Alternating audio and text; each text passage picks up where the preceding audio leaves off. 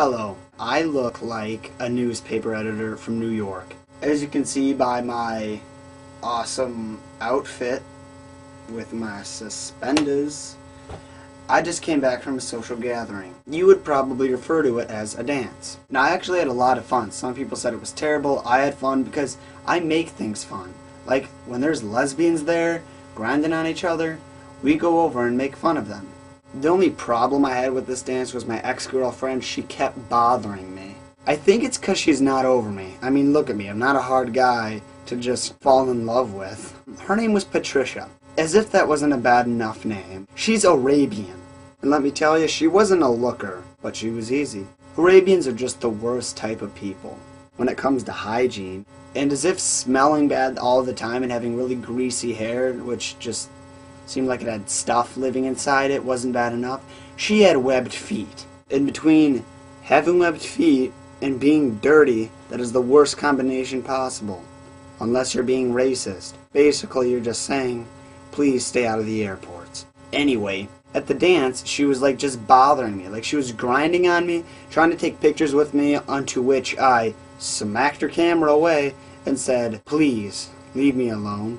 And then she started sucking on my ear, which was really weird. I didn't know what to do, so I was like, no, thank you. Surprisingly enough, this wasn't my worst experience with her. Well, do you remember Dane Cook's stand-up special entitled Isolated Incident? He talked about girls playing that game of, what would you do if... Well, she started playing this game. As soon as she started her sentence, she was like, what would you do if... I braced myself, because I knew what was coming.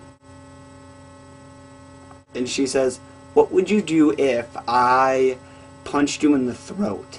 I braced myself and remained calm. I was kind of taken aback because, you know, usually that game is like supposed to be like the girl's trying to be cute, but being punched in the throat has never been cute. I don't care if you have a Care Bear doing it, you're going to want to jack him in the face. So, calmly I say, probably put you in a cage where you belong, woman. And she got all offended and talked about how women should have rights, which is total BS. And that she wanted to stick her hands in the toaster, but I coaxed her out of it. And then she says to me, what would you do if I took your wallet and left the house and didn't say anything to you ever again? I was really annoyed here because she knows that nothing good can come of this game besides a divorce or my favorite sport, domestic violence, which can also be called bare-knuckle boxing. So, as a response, I said, probably take away your right to vote. You shouldn't have it anyway. And then, to make matters worse, she asked the third and final question, and I was upset like you would not believe. Yeah. And please, if you're going out with a girl, do not do this. I did it. I had to go through a trial. I was in juvie for a couple months because of what I did. And I didn't really feel bad. What would you do if, when you beat Call of Duty Modern Warfare 2 on Veteran, I turned off the console so it didn't save? And if you know me, guys, you know that I love video games because they're basically my only connection to human life via microphone.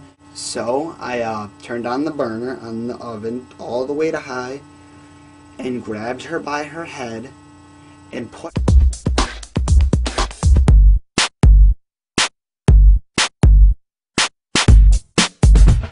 Because that's what people used to do to me when I was a kid. I lived on the streets, yo. I have a soul. And for some reason, she still isn't over me. Even though I did light her house on fire and blame it on the orphanage next door. I feel bad for paraplegic orphans. Who's gonna adopt a kid that they know is awful at sports? If my son enters the Special Olympics and there's nothing wrong with him, I'm gonna be ticked. Sometimes when I go to an orphanage, I'll make fun of them about not having parents till they cry so I can drink orphan tears for breakfast every morning. So I did have a lot of fun at the dance. The music wasn't that great, but it was really funny when you looked in the corner and you saw a bunch of lesbians singing Screamo and going like this.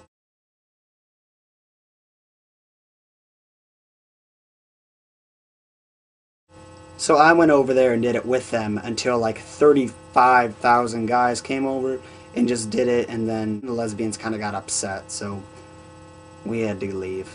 So what I want you to do is leave a comment or video response saying the funniest moment you've had with your girlfriend or ex-girlfriend and boyfriend and ex-boyfriend.